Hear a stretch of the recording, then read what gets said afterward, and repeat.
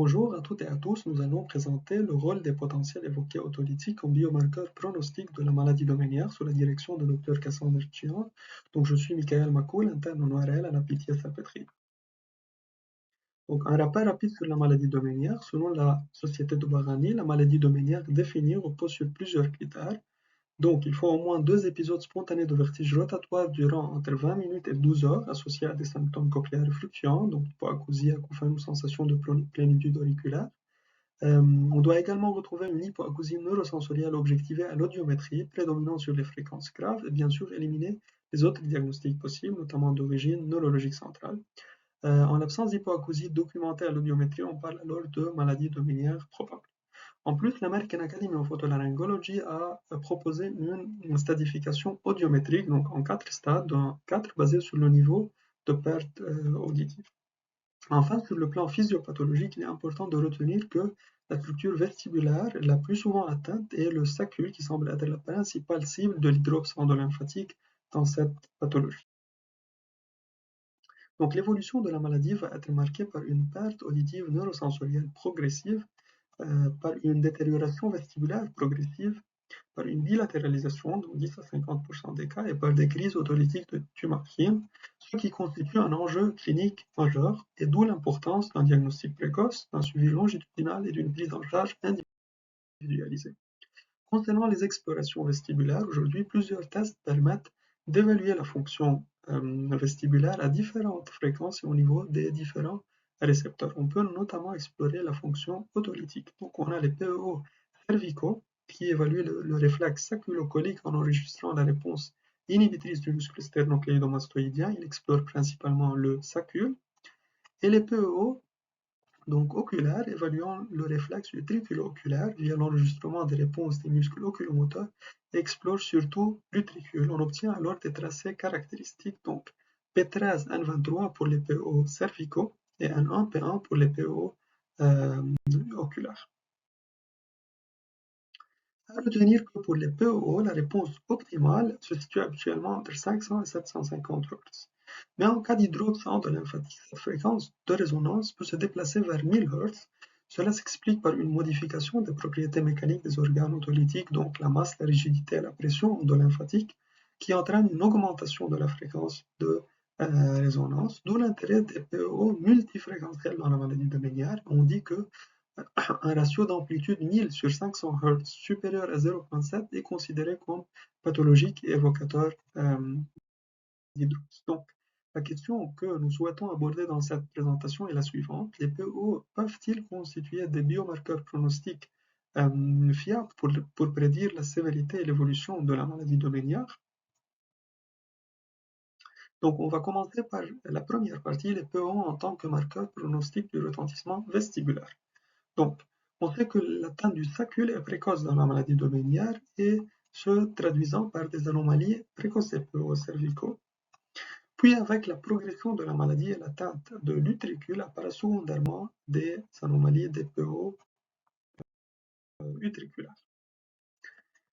Donc, la comparaison entre PO saculaire et utriculaire permet donc d'orienter vers une atteinte plutôt localisée, au contraire, vers une dysfonction labyrinthique plus globale. Et plus les anomalies des PO sont marquées, plus la dysfonction autolytique est avancée, ce qui est généralement associé à des vertiges plus sévères, une instabilité accrue et un risque de chute plus élevé. Sur le plan fréquentiel, les anomalies prédominant sur les basses fréquences, donc 250 et 500 Hz, s'orientent plutôt vers un stade précoce de la maladie. En revanche, des anomalies touchant des hautes fréquences sont généralement associées à des stades plus avancés. Donc cela a été bien démontré dans les littératures. Nous allons citer les principales études. On commence donc par l'étude de Huang en 2020, donc une étude observationnelle transversale incluant 80 patients adultes atteints de maladies de Ménière.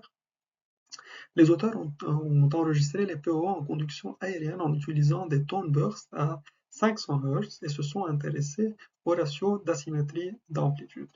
Et les résultats en fait montrent une corrélation positive entre le score DHI et l'indice d'asymétrie, avec un coefficient de 0,366 pour les PO saculaires et 0,322 pour les PO utriculaire. Autrement dit, plus la symétrie des PO est importante, plus le handicap vestibulaire apporté par le patient est sévère. Les principales limites de cette étude sont en fait des PO testés uniquement à 500 Hz sans analyse multifréquentielle, un score de DHI mesuré une seule fois avec un possible biais lié à la mémoire et à la variabilité subjective de ressenti des patients, et enfin un échantillon monocentrique, donc limitant la généralisation des résultats. La deuxième étude, c'est une étude prospective, donc réalisée entre avril et juin 2024, incluant 94 patients d'âge moyen de 51 ans. Les auteurs ont réalisé les POO en conduction aérienne avec des tone bursts en multifréquentiel à 500, 750 et 1000 Hz à 100 décibels. Et ils ont introduit un nouvel indice, donc l'Autolit Tuning Index, qui combine en fait la présence ou l'absence de réponse aux différentes fréquences ainsi que les ratios fréquentiels. Donc plus le score d'OTI est élevé, plus la dysfonction vestibulaire est sévère. Un score maximal de 100 correspond à une atteinte critique sur l'ensemble des fréquences testées. Et les résultats montrent en fait une corrélation significative entre l'OTI saculaire et les troubles de l'équilibre, notamment à la marche et lors des mouvements. Les principales limites sont donc un échantillon déséquilibré avec surtout des stades avancés et peu de formes précoces, exposant un biais de sévérité. Deuxièmement, l'OTI qui reste un nouvel indice non encore validé sur des cohortes externes.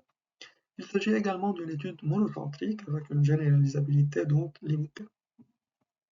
Et enfin, la période d'inclusion courte sur 3 mois seulement expose à un possible biais de recrutement. Et la troisième étude, c'est celle d'Angeli et al. En 2019, donc une étude rétrospective menée entre janvier 2013 et décembre 2014, incluant 47 patients adultes. Les auteurs ont réalisé des PO saculaires en conduction aérienne avec des tone bursts à 500 et 1000 Hz à 90 décibels et ont analysé le ratio d'amplitude, donc 1000 sur 500 Hz. Et en fait, ce ratio était significativement plus élevé dans les formes actives que dans les formes stables de la maladie. Ainsi, un ratio élevé semble être associé à une maladie dominante plutôt active. Donc, les principales limites de cette étude sont liées à son caractère rétrospectif, donc exposant à un risque de biais de sélection. La taille de l'échantillon reste également réduite, donc limitant la puissance statistique. Enfin, l'exclusion des patients sans réponse au PO peut avoir introduit un biais de sélection supplémentaire. La deuxième partie, c'est donc les POO comme marqueur pronostic des résultats auditifs. Comme on l'a mentionné, la première structure généralement atteinte dans la maladie de Meniere est le sacule, avec une altération progressive des cellules ciliées autolytiques. Secondairement, l'atteinte peut s'étendre aux structures cochléaires. Ainsi, plus l'atteinte saculaire et ensuite utriculaire est marquée, plus la possibilité d'une atteinte cochléaire progressive et d'une dégradation auditive est élevée. Alors, les anomalies des PO saculaires peuvent représenter les premiers signes d'atteinte endolabyrinthique. Plus les PO sont altérés, et plus la dysfonction autolytique est sévère. Et surtout, ces anomalies peuvent apparaître avant même la dégradation auditive, donc ce qui en fait un marqueur précoce particulièrement intéressant. Donc, schématiquement, lorsque les PO restent normaux, l'évolution auditive tend à être plus lente. À l'inverse, des PO anormaux sont généralement associés à un risque plus élevé de déclin auditif au cours de l'évolution. Cela a également été suggéré dans la littérature, donc dans l'étude de Du et al. Donc, en fait, une corrélation significative a été retrouvée entre le stade de la maladie de Meniere et l'OTI, suggérant une association possible entre l'altération des PE et la sévérité évolutive de la maladie sur le plan auditif. Une deuxième étude, celle de Wang en 2025, est une étude rétrospective menée entre janvier 2023 et janvier 2024, incluant 54 patients, soit 66 oreilles, avec un âge moyen de 55 ans. Les auteurs ont enregistré les PO utriculaires en conduction osseuse à 130 décibels et les PO saculaires en conduction aérienne à 95 décibels en tone burst à 500 Hz. en s'intéressant en fait au ratio d'asymétrie d'amplitude. Et les résultats montrent une corrélation significative entre les anomalies des PEO et le stade de la maladie de Ménière, avec un p-value moins que 0,001 pour les PEO saculaires et 0,003 pour les PEO utriculaires. Les principales limites de cette étude sont en fait une taille d'échantillon limitée réduisant la puissance statistique, ainsi que donc, le caractère rétrospectif exposant à un biais de sélection. Il s'agit également d'une étude monocentrique, donc limitant la généralisation des résultats. Enfin, l'absence de standardisation complète des PO introduit une variabilité méthodologique. Et une troisième étude, celle de Kim en 2013, une étude rétrospective incluant 41 patients avec un âge moyen de 48,8 ans. Les auteurs ont évalué les PO saculaires en conduction aérienne, donc avec un tone burst à 500 Hz à 95 décibels, en analysant principalement le ratio d'asymétrie d'amplitude. Et en fait, la stratification de la maladie de Ménière à l'aide des PO montre que le ratio d'asymétrie d'amplitude chez les patients au stade 1 et 2 était de 12,62%, donc soit des valeurs proches de celles des sujets normaux. En revanche, chez les patients au stade 3 et 4, le ratio augmentait à 38,98%, avec une différence significative par rapport au stade 1 et 2. D'autre part, chez les patients au stade 1 et 2 de la maladie de Ménière, lorsque les PO sont normaux, l'aggravation auditive entre la première et la dernière consultation est minime d'environ 5 dB. En revanche, lorsque les PO sont anormaux, la dégradation auditive est beaucoup plus importante, autour de 21 dB. Alors que chez les patients donc au stade 3 et 4 de la maladie de Ménière, l'évolution auditive reste globalement stable, qu'il y ait des PO normaux ou anormaux. Ainsi, au stade précoce, des PO anormaux sont associés à une évolution auditive plus défavorable, alors qu'au stade avancé, les PO semblent être moins prédictifs de l'évolution auditive, probablement parce que l'atteinte cochléaire est déjà installée. Les principales limites de cette étude sont liées au caractère donc rétrospectif de l'étude, avec une hétérogénéité du suivi et des examens. La taille d'échantillon reste réduite avec des critères d'inclusion stricts limitant la puissance statistique. Les PO n'ont pas été réalisés au même moment chez tous les patients, introduisant une variabilité temporelle. Et enfin, la durée et le timing du suivi auditif n'étaient pas uniformes, pouvant biaiser l'évaluation de l'aggravation auditive. Finalement, les PO en tant que marqueurs prédicteurs d'autres facteurs, donc surtout bilatéralisation et survenue de crise de Tumarkin. Donc, je citerai deux études. Donc, la première est celle de Noige et al., donc une étude rétrospective incluant 49 patients adultes. Les auteurs ont analysé les PO saculaires en conduction aérienne avec des tone bursts à 250, 500, 750 et 1000 Hz à 90 décibels, en s'intéressant principalement aux latences des réponses.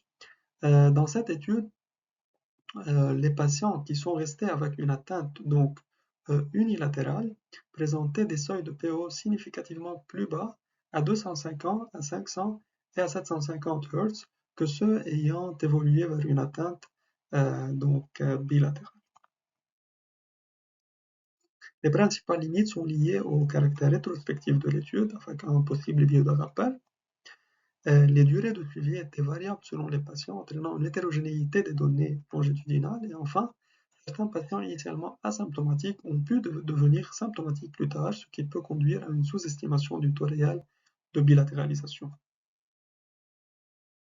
La deuxième étude, c'est celle de Du et al., montre une corrélation significative entre les anomalies des PO saculaires et la survenue de chutes imprévisibles chez les patients atteints de maladie de Ménière. Donc, une synthèse, le sacule est généralement la structure la plus précocement atteinte, avec des anomalies et des PO pouvant apparaître avant même la perte auditive. Les PO multifréquentiels permettent un staging plus précis de la maladie. Ils sont également corrélés à la sévérité clinique, notamment au DHI, à l'instabilité ou au risque de chute. Globalement, plus les PO sont altérés, plus le risque de progression de la maladie, de bilatéralisation et de déclin auditif est élevé.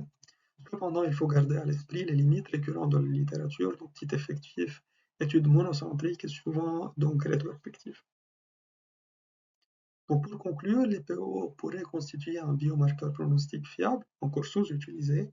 Il pourrait aider à la stratification du risque de progression, à l'optimisation du suivi clinique et potentiellement à orienter la décision thérapeutique. Et voilà, je vous remercie pour votre attention.